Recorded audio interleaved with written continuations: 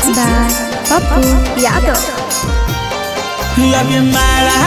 छबइलो गाना चले जइबे होते जानबो अगे मारा छबइलो गाना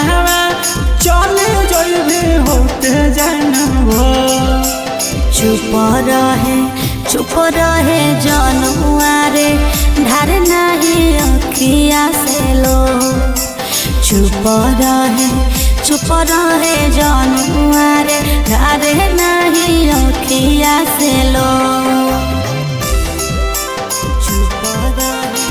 चुप रहे जनुआरे धार नहीं अखिया से लो।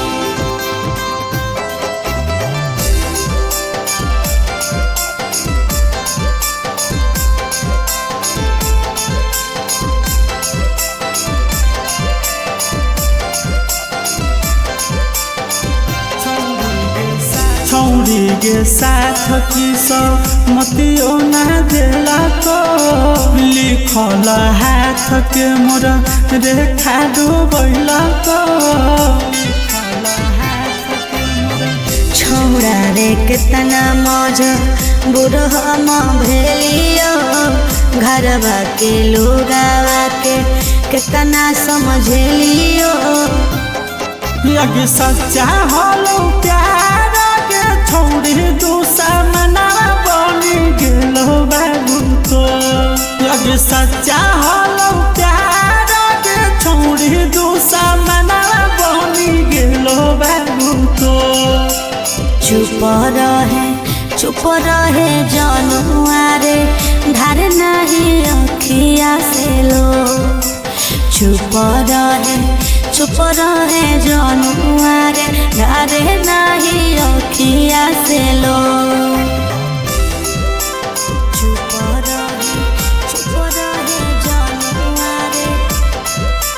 धार नहीं अखिया से लो।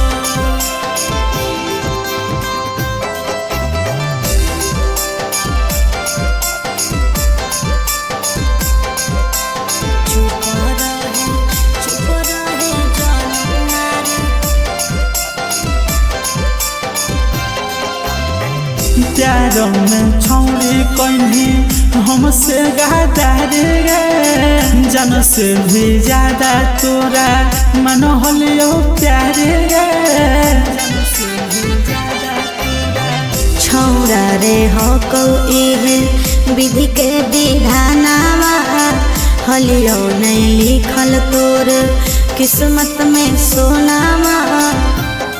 लग की सोना पंकज के सोनावा धारा को तोरे खातिर लो अग संजीवा पापू के सोनावा धारा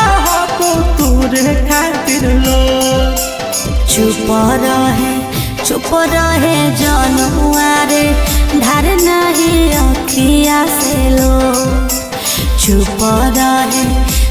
रहे जनुआरे धार नहीं अखिया से लो।